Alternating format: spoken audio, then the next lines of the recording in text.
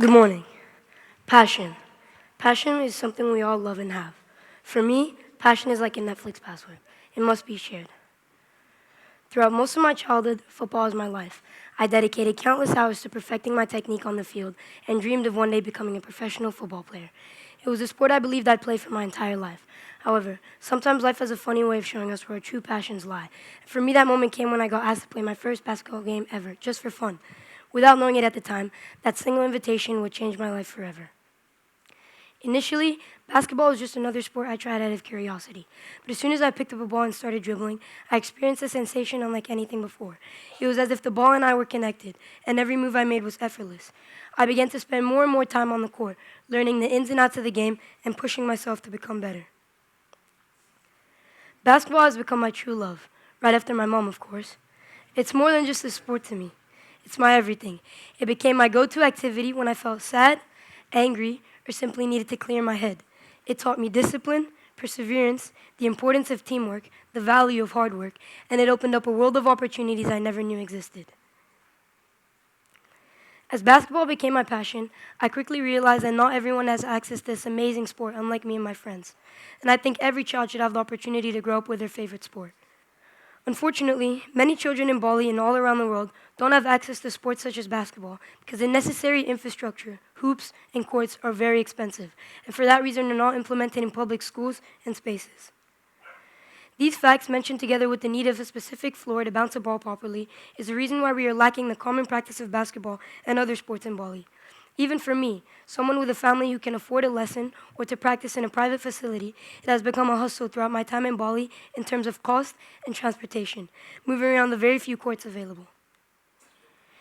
Engaging in sports such as basketball isn't just an unlimited amount of entertainment for children, but it helps them learn to control their emotions and channel negative feelings in a positive way. It implements patience and teaches them that practice is crucial for both their physical and academic performance. Considering all the things I've mentioned and combining them with my love and passion for the game of basketball, I decided to take action and make my quest something related to this problem. I set out to create my very own basketball court in hopes of giving out free lessons to underprivileged children in Bali. The first thing I had to do was find a small area where I could build my court.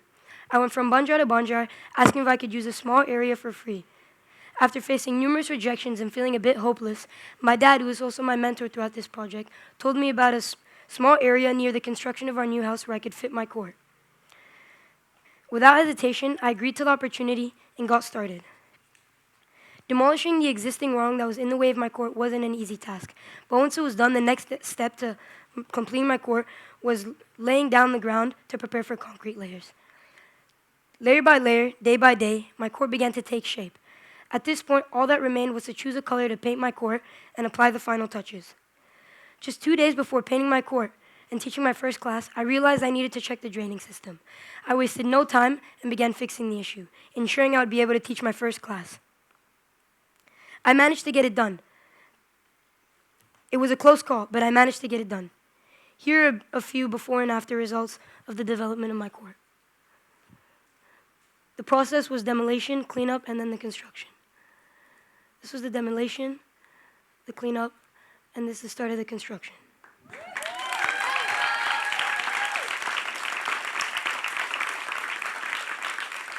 The last step in completing my court was finding a hoop that I could manually adjust to be able to teach different age groups.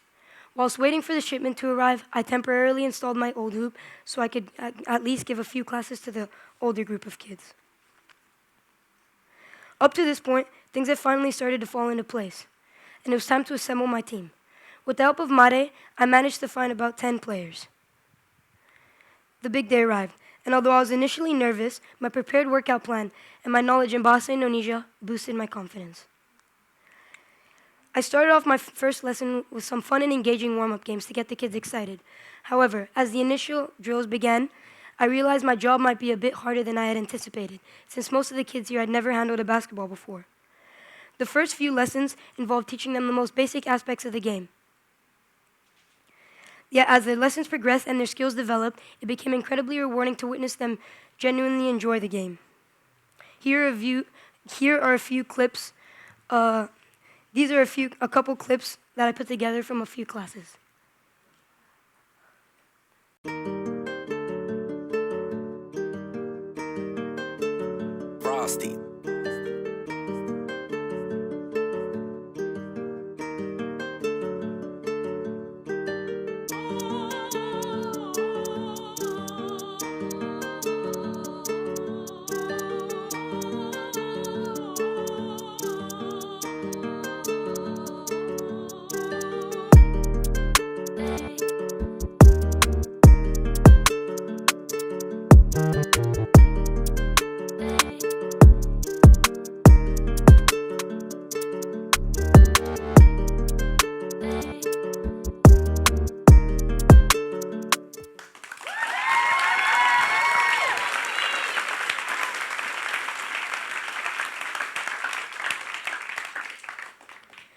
This entire journey has been an incredible experience, and I thoroughly enjoyed sharing my love and passion for the game of basketball with my team. However, now it's time for me to embark on my biggest adventure yet. In just a couple months, I'll have to gather all my belongings and move across the road to Miami, leaving my family behind and venturing out on my own. All this in pursuit of my dream to play basketball at the highest level possible.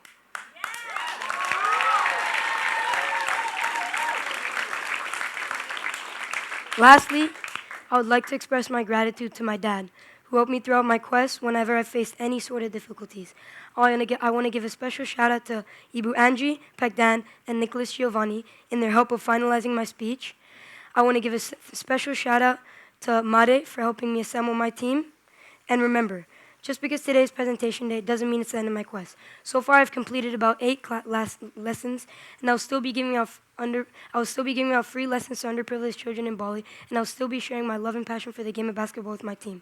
Thank you so much, and I hope you enjoyed my quest.